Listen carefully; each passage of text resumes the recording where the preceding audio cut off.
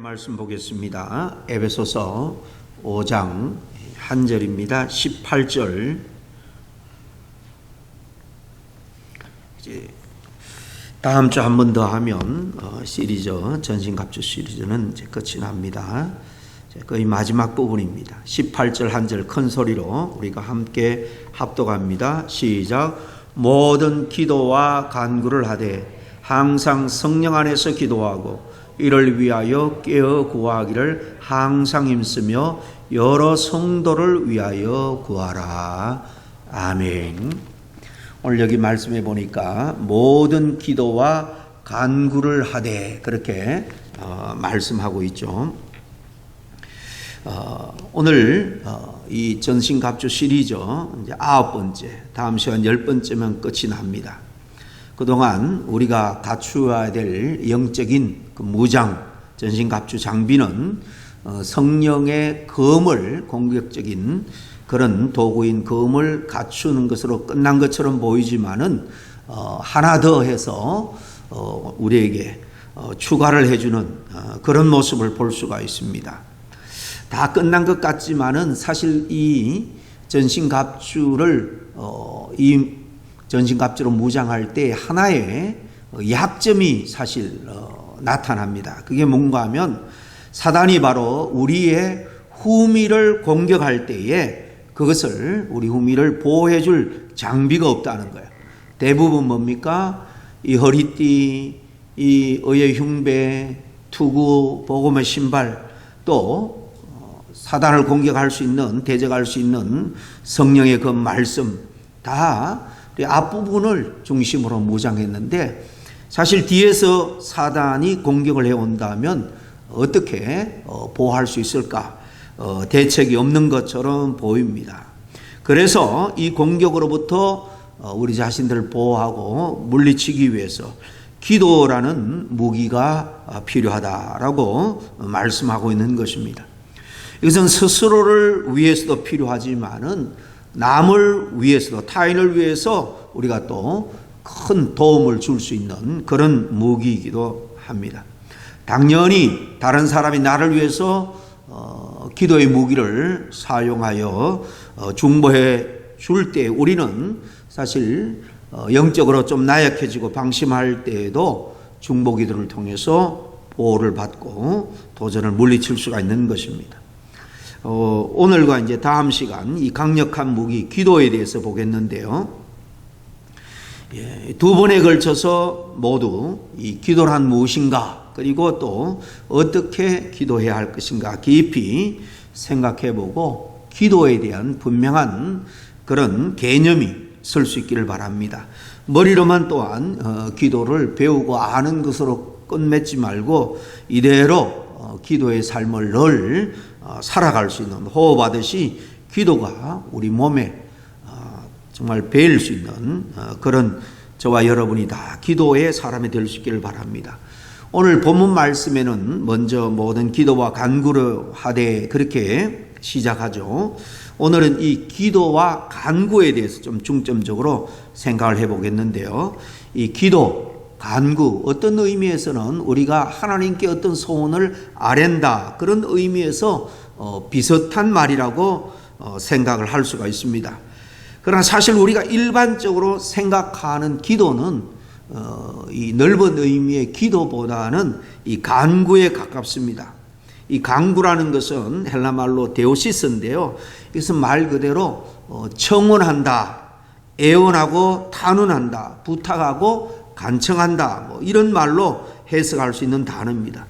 보통 사람들이 생각하는 기도는 그저 이 간구처럼 하나님께 내 마음의 소원, 다급한 문제를 아뢰고 해결받는 것, 그것을 얻기 위해서 간청하는 것이 기도다. 우리는 대부분 그렇게 생각하는 경우가 많이 있습니다. 그러나 기도는 이 간구를 포함하고 있지만은 하나님과 영적으로 깊은 대화 가운데 우리가 머무는 것도 기도입니다. 하나님과 영적으로 교제하는 것, 이 더 넓은 의미에서 우리가 기도라는 것을 생각할 수 있는데요. 그저 내가 원하는 것, 하나님께 청원하는 것, 이것은 간구고 사실 기도는 그보다 어떤 의미에서 더 큰 그 이상의 의미를 포함하고 있다. 그렇게 이해하면 될 것 같습니다.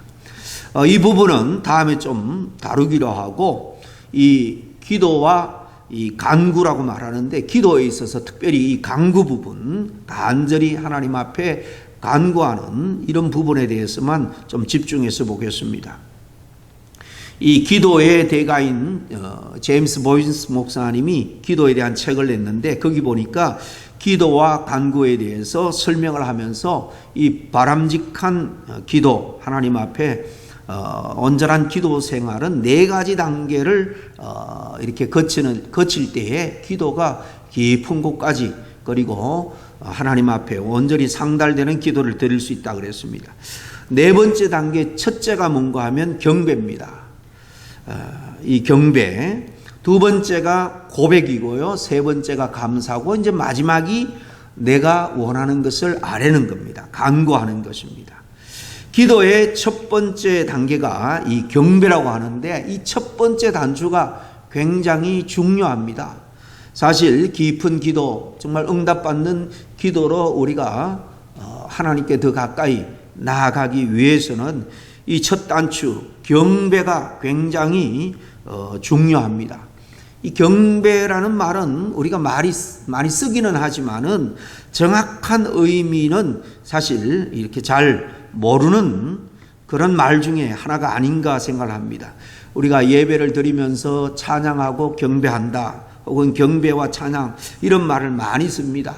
이 찬양과 경배는 사실 따로 떼어놓을 수가 없는 그런 단어처럼 서로가 서로를 보완해주는 그런 단어입니다.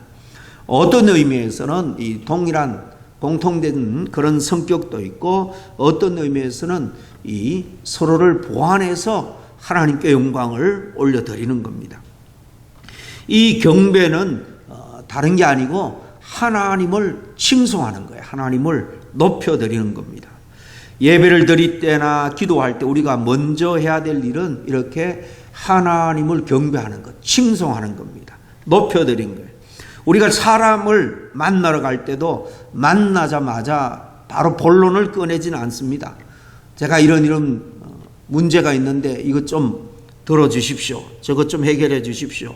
바로 그렇게 부탁하지 않죠. 먼저 예의를 갖추어서 인사를 하고 이것저것 좋은 이야기를 하다가 이제 만나러 온 목적 본론을 꺼내놓는 겁니다. 하물며 우주의 만물을 창조하신 하나님, 인생의 우리의 모든 문제 생사화복을 주관하는 하나님께 나아가면서 만나자마자 요구사항만 넣을 수는 없는 거죠. 먼저 하나님의 하나님 되심, 그의 위대하심과 거룩하심과 오늘도 우리가 살아가는 이 모든 환경을 지탱하시고 붙드시는 변함없는 영원하신 그 하나님의 사랑과 그 자비하심을 먼저 우리가 칭송하는 겁니다.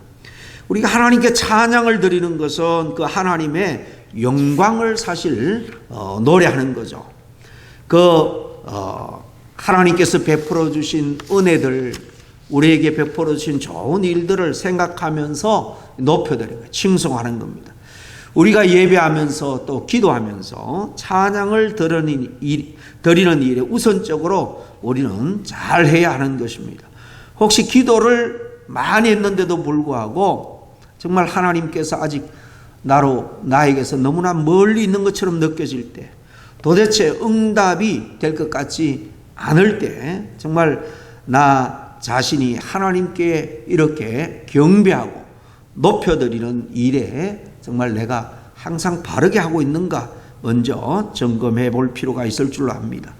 다 그런 것은 아니겠지만 혹시 우리가 하나님께 영광을 돌리는 일에, 하나님을 높이고 칭송하는 일에, 하나님을 찬양하고 높여드리는 이 일에 소홀히함으로 해서 우리가 기도를 사실 많이 하기는 했지만 어떤 의미에서 하나님 볼 때 기도의 문에도 아직 들어가지 못한 상태는 아닌지 한번 우리의 기도 생활을 돌아보기를 원합니다. 저는 앞으로 말씀드린 것처럼 이 수요 기도에 좀 찬양하는 시간, 기도하는 시간을 많이 갖기를 원합니다. 우리는 언제부턴지 찬양에 대한 잘못된 그런 생각을 많이 가지고 있게 되었습니다. 찬양은 그저 찬양팀이나 찬양대, 성가대가 부르고 그저 우리는 듣고 은혜 받는 것이다, 그런 생각이나 찬양을 할 때에 가사에 담긴 그 뜻을 생각하면서 그것으로 하나님을 칭송하기보다는 그저 좋은 목소리로 아름다운 음악으로 노래하는 것으로 그렇게 생각을 한다는 것입니다. 여러분, 중세 로마 가톨릭이 하나님 보실 때 결정적으로 문제가 있기 때문에 이 루터를 비롯해서 그 가톨릭 신부 중에서 사실 다 종교 개혁을 시작한 것입니다. 첫째는 하나님의 말씀, 이 성경을 회중으로부터 분리시킨 거예요. 단지 성직자 자신들만의 전유물처럼 사용을 했기 때문에 일반 성도들, 회중들은 하나님의 말씀을 읽을 수도 이해할 수도 없었습니다. 그저 설교하는 내용, 그게 하나님의 말씀 다인 줄로 알았죠. 그리고 또 하나가 있는데 그것은 뭔가 하면 하나님을 찬양하는 일을 일반 회중에게 빼앗아서 일부 특수한 사람, 다시 말하면 찬양대만 부르도록 했다는 거예요. 회중들은 예배할 때 그저 찬양대가 찬양을 하면 듣기만 하는 거예요. 이처럼 하나님을 높여드리는 데 있어서 가장 귀중한 찬양을 빼앗고 하나님의 음성을, 말씀을 통해서 우리가 정말 성령의 감동으로 무시로 들을 수 있어야 되는데 그저 성직자가 일주일에 한 번 강단에서 선포하는 말만 듣도록 한 이런 많은 문제들 때문에 종교개혁이 일어난 것입니다. 모든 성도들이 하나님을 칭송하는 일에 집석 참여하지 못하고 찬양을 그저 듣고 은혜 받는 것으로 그렇게 만들어버린 것입니다. 찬양은 남이 하는 것을 감사하는 것이 아닙니다. 그래서 찬양할 때 사실 음악성을 논해서도 안 됩니다. 정말 마음속에서 우러나오는 진실한 하나님께 대한 그 경외함, 그 정말 존경, 경외, 하나님을 우러러보고 높여드리는 그 마음이 찬양 가운데 그대로 드러나야 될 줄로 압니다. 형식적인 찬송, 진심으로 하나님을 정말 칭송하지 않는 그런 찬송이 하나님께 영광이 되기는커녕 오히려 그런 찬양은 구약시대에 하나님의 말씀에 온전히 순종하지 않고 율법을 따르지 않고 그냥 형식적으로 제물만 드릴 때에 다 내가 미워한다 그랬습니다. 그것을 가지고 올 때 오히려 성전만, 마당만 밟을 뿐이고 오히려 더럽힌다 그랬습니다. 정말 진정으로 우리의 중심에서 우러나오는 그런 고백적인 찬양을 하지 않을 때에 그저 아름다운 그런 멋진 외적으로 음악성이 있는 찬양을 할 때 그것은 오히려 하나님께 누를 끼치게 된다는 것을 우리가 알아야 됩니다. 이 시간 이후의 찬양은 좀 달라지기를 바랍니다. 좀 곡이 틀려도 괜찮습니다. 좀 튀어나오다 괜찮습니다. 함께 우리가 찬양할 때는요, 정말 마음과 뜻과 정성을 다해서 그렇게 주님 앞에 우리의 모든 것을 올려드리는 것입니다. 둘째, 이 경배는 하나님의 임재 안으로 들어가는 것입니다. 예배를 드리거나 기도할 때 정말 하나님 앞으로 나아가는 것, 하나님의 면전에 내가 서 있다라는 것을 정말 느낄 수 있는 것이 우선이에요. 하나님의 임재하심 안으로 들어가야 기도할 수 있고 예배 드릴 수 있는 것입니다. 교회 오래 다녔지만 과연 하나님의 임재하심 앞으로 나아가려고 한 것이 얼마나 됩니까? 그저 형식적으로 교회 안으로 들어오긴 했지만은 그 전능하신 하나님 앞에 나왔다는 마음을 우리가 얼마나 가졌나 하면 돌아보기를 원합니다. 우리가 기도하기 위해서, 우리가 예배를 드리기 위해서, 우리가 경배와 찬양을 드리기 위해서 나온 이 자리는 지금 우리의 눈으로는 볼 수가 없지만 하나님께서 영광의 보좌에 앉아 계십니다. 그리고 또한 이 보좌는 바로 은혜를 베푸시는 은혜의 보좌다라고도 합니다. 이것을 우리가 늘 인식해야 됩니다. 영광의 보좌에 계시고 은혜의 보좌에 계신 그 주님께 정말 영광을 높여드리고 우리에게 베푸실 은혜를 생각하면서 진심으로 그분을 높여드려야 되는 겁니다. 그리고 두 번째 단계는 고백이라고 그랬습니다. 우리가 너무나 잘 아는 이야기입니다만은 고백에는 크게 두 가지가 있을 것 같아요. 신앙 고백과 그 다음에 죄를 온전히 회개하는 고백입니다. 주로 우리는 앞에서도 했습니다만은 신앙의 고백을 할 때 사도신경으로 주로 합니다. 짧지만은 그 안에 우리가 믿는 믿음의 내용이 잘 정리가 되어 있기 때문에 그것을 통해서 우리의 믿는 바에 확신을 가지고 고백을 하는 것입니다. 그리고 죄에 대한 고백을 해야 됩니다. 지금 캐톨릭도 그렇습니다만은 옛날에는 캐톨릭밖에 없으니까 다 죄의 고백을 신부 앞에 나가서 하게 됩니다. 여러분, 그게 얼마나 어렵겠습니까? 사람 앞에 할 때 정말 마음에 있는 그 중심까지 토해내기란 쉽지가 않을 것입니다. 그러나 우리는 이제 누구든지 개개인이 하나님 앞에만 나아가서 정직하게 다 적나라하게 다 고백하면 할수록 주님은 다 들으시고 용서해 주신다 약속하셨습니다. 얼마나 좋은 그런 은혜입니까? 사람들이 자기 성찰을 하지 못하고 자기 자신의 죄를 깨닫지 못하면 회개도 하지 못하고 용서를 받을 기회도 놓치고 마는 거죠. 우리는 하나님의 은혜 보좌 앞에서 정말 먼저 자기를 성찰하고 죄를 철저하게 고백하고 회개함으로 말미암아 용서받고 우리는 정말 깨끗한 모습으로 주님의 은혜의 보좌 앞에 더 가까이 나아갈 수가 있는 것입니다. 세 번째 단계는 감사입니다. 사실 기도의 많은 부분이 이 감사의 일색이 되어야 할 줄로 압니다. 이미 받은 은혜가 너무나도 많기 때문입니다. 감사할 조건들을 다 찾아내고 하나하나 인정하면서 감사하는 것, 이것은 기도의 통로에 기름칠을 하는 것과 같은 것입니다. 한없는 인간의 욕망 때문에 이미 받은 하나님의 은혜에 감사하지 못하고 원망하고 불평함으로 우리가 기도 자리에 나아간다 하면 하나님의 은혜의 보좌 앞에 여러분 우리가 나아갈 수 있겠습니까? 이미 받은 그 은혜를 생각하고 감사하면서 우리는 기도 자리 은혜의 보좌 앞에 나아가야 될 줄로 믿습니다. 그 감사한 마음을 고백하는 것이 바로 하나님을 기쁘게 하는 그런 기도입니다. 어린 자녀들이 부모에게 자기의 어떤 목적을 부모로부터 얻어내기 위해서는 부모님의 마음을 흡족하게 해야지 부모님이 지갑도 열고 마음도 열어서 자녀들이 원하는 것을 해주지 않겠습니까? 늘 말씀만 부리고 마음을 정말 아프게만 한다면 요구하는 간청은 쉽게 들어지지 않을 것입니다. 하나님 앞에 우리가 이제 간청으로 간구로 나가야 되는데 감사함으로 나가야 된다는 겁니다.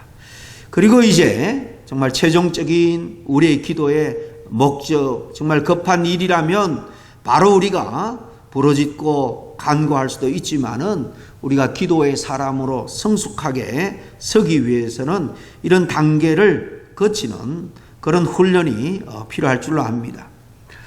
먼저 간구하기 전에 마음의 소원을 아뢰고 간청하기 전에 하나님을 칭송하라 그랬습니다. 하나님을 높여드리는 일, 그 하나님과 나만 있는 그 임재 속으로 들어가야 된다 그랬고, 그리고 내 자신의 믿음을 온전히 고백하고 죄도 고백하고 감사의를 먼저 찾아서 깊이 그리고 많이 좀 감사하면서 나아갈 때에 우리의 간청 간구는 한마디만 해도 되는 겁니다. 이렇게 우리는 우리의 소원을 하나님 앞에 아뢰는 간청을 위해서 이런 성숙한 기도의 순서를 밟는다는 것은 굉장히 우리의 영성이 하나님께 더 깊이 나아갈 수 있는 겁니다. 무엇을 위해서 기도할 것인지에 대해서는 이 18절 하반절 그리고 19절에 보면 이런 것들을 위해서 기도하라 말씀하고 있죠. 다음 시간에 말씀드리기로 하고, 이 본문에 기록되어 있지 않는 것들도 사실 무엇이든지 간청할 수가 있는 것입니다. 모든 것을 항상 그랬죠. 이 거전 번역어는 무시로 그랬습니다. 시도 때도 없이 언제든지 무엇이든 모든 것을 다 구하라, 그렇게 말씀하고 있는 것을 볼 때에 우리는 하나님 앞에 간구하지 못할 것이 없다는 것입니다. 하나님 앞에 간구하면서 죄를 간구하겠습니까? 사단이 기뻐하는 것을 간구하겠습니까? 그런 일이 아닌 이상 우리는 모든 것을 어느 때 항상 간구할 수 있다는 것입니다. 그러나 이 귀한 기도를 하면서 이왕이면 좀 소중한 것이 무엇인 줄 알고 구할 줄 알아야 될 줄로 압니다. 쓸데없는 것, 별 볼 일 없는 것을 위해서 이 소중한 기도를 허비하지 말아야 된다는 것입니다. 만약에 모처럼 어렵게 높은 사람 앞에 나갈 기회를 얻었습니다. 그런데 그냥 용돈 몇 푼만 달라고 해서 얻어놓는 사람은 참 어리석은 사람일 거예요. 하나님의 영광의 보좌 앞에 나가서 그 은혜의 보좌 앞에 나가서 겨우 구한다는 것이 썩을 이 세상에 일밖에 없다면 그 사람은 어리석은 사람입니다. 이왕이면 영원한 나라, 영원한 생명을 위해서 우리는 많이 기도해야 됩니다. 왜냐하면 세상 것은요, 얻고 또 해결되어도 그것은 잠깐입니다. 우린 영원한 세상에 들어갑니다. 거기에서 말 그대로 영원히 살게 되는 거예요. 이 영혼을 위해서 우리는 많이 기도해야 됩니다. 요한계시록 5장 8절에 보면 향이 가득한 금대접을 가졌으니 이 향은 성도의 기도들이라 라는 말씀이 나옵니다. 우리가 하나님께 드리는 기도에 대해서 어떻게 표현을 하고 있습니까? 금대접에 담긴 향과 같이 아주 소중한 것이다 라고 말씀하고 있는 것입니다. 우리가 기도하면 하나님께서 귀찮아하시고 던져버리는 쓸데없는 그런 편지처럼 취급을 하는 것이 아니라 아주 소중하게 금대접에 담아서 향기로운 향처럼 취급을 해 주신다는 겁니다. 이렇게 하나님께서 소중히 여기시는 기도를 아무렇게나 소홀히 그렇게 해서는 안 될 줄로 압니다. 기도는 우리 성도에게만 주는 정말 위대한 무기다라는 사실을 늘 기억하기를 바랍니다. 이 귀한 무기를 버려두고 사용하지 않는다면 우리는 얼마나 어리석게 신앙생활을 하는 건지 모릅니다. 그냥 자기의 소원만 아래는 잘못된 기도를 하지 말고 정말 하나님이 바라고 하나님께서 기뻐하는 가장 좋은 것, 그리고 정말 응답받는 그런 성도들이 다 될 수 있기를 주의 이름으로 간절히 축복합니다. 잠깐 말씀을 생각하면서 기도합니다. 하나님 아버지, 우리가 신앙생활에서 악한 마귀 사단으로부터 오는 여러 가지 도전, 환경의 도전, 또 함께하는 주변 사람들로부터 오는 도전들, 또 물질의 도전, 건강의 도전, 삶의 여러 가지 정말 어려운 여건을 통해서 오는 많은 도전들이 있습니다. 그 밑에 그 내면에 정말 악한 마귀 사단이 하나님의 사람을 넘어뜨려 하나님 앞에 온전히 서지 못하게 하기 위하여서 여러 방법을 동원하여 도전해 올 때에 하나님 지금처럼 여러 가지 전신갑주로 무장하고 특별히 기도로 무장할 수 있는 저희들이 되기를 원합니다.